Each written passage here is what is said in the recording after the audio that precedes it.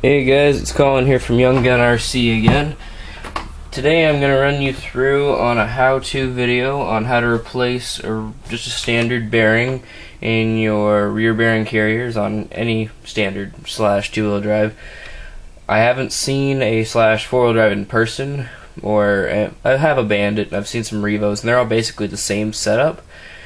But if they're not, don't quote me on it, but this should work basically the same for almost any Traxxas vehicle.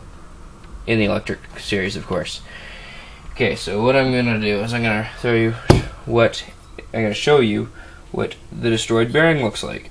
That way you get a general idea on why it will not work. Yeah, that looks about right. It's just mangled to shit. I'm just gonna throw that back in there for now. Holds all my parts, little magnetic thing my dad got me. Flip it over, nothing falls out. It's pretty cool. Bearings I showed you in the last video. This is what we got them for. Just rip open this.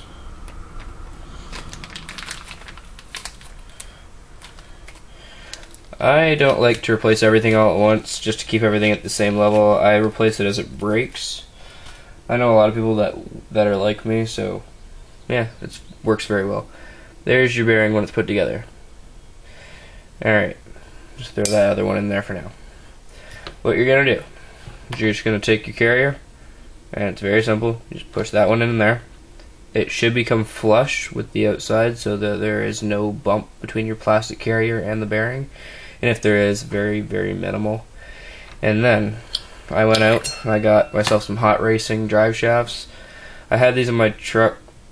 Actually, before I even got them in my truck, they didn't work. One of the yokes that came on them needed to be drilled out. It was a piece of shit. It didn't fit together.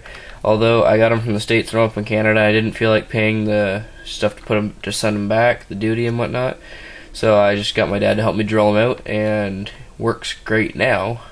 Other than a slight clicking sound, but what can you do? It's been jerry-rigged, so it's not like I can send it back now. Either way, though, so you're gonna push that up in there, or you're gonna do a slightly different way with your standard stock bearings. Then you slide that up on and through there. Now you can do one of two things. You can either attach it at your A-arm, or you can attach your pin here. I'm gonna attach my pin, just because they're right here.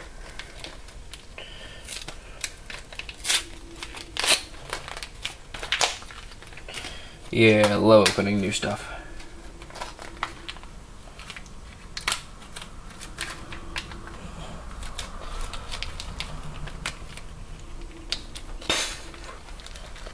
Empty that all out onto the plate so they don't get lost.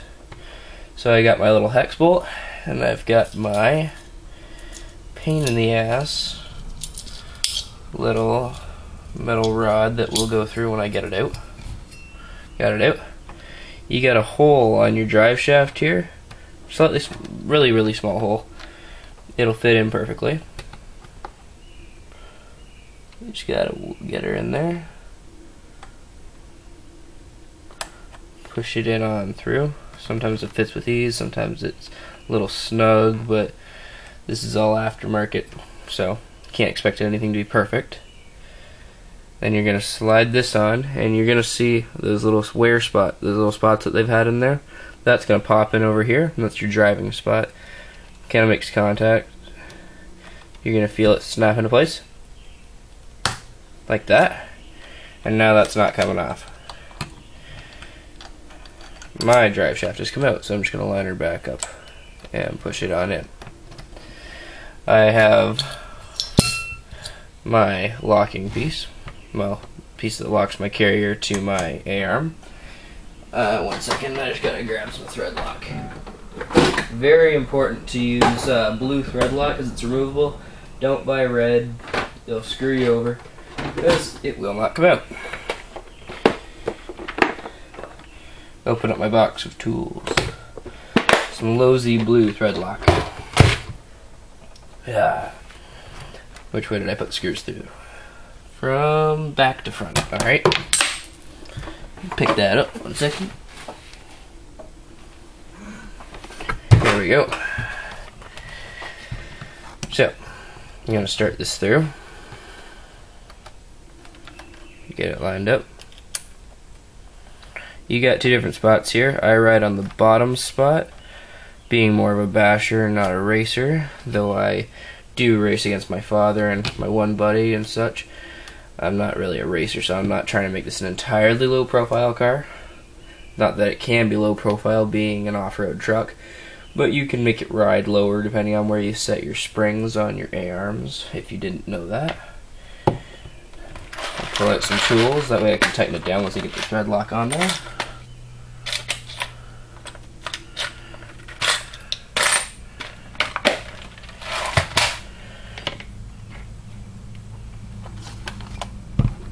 Prop that up with the tire. Just gonna take a bit, dab a bit on the top, and then I'm gonna take the screwdriver, screw it in, get it nice and snug, and that'll dry in there and it'll hold it. And that is how you're going to install your new hex bolt and bearing carrier, as well as make sure your drive shaft is in place on your slash two-wheel drive. Thanks for watching, guys. Don't forget to rate, subscribe, and whatever it is YouTubers do.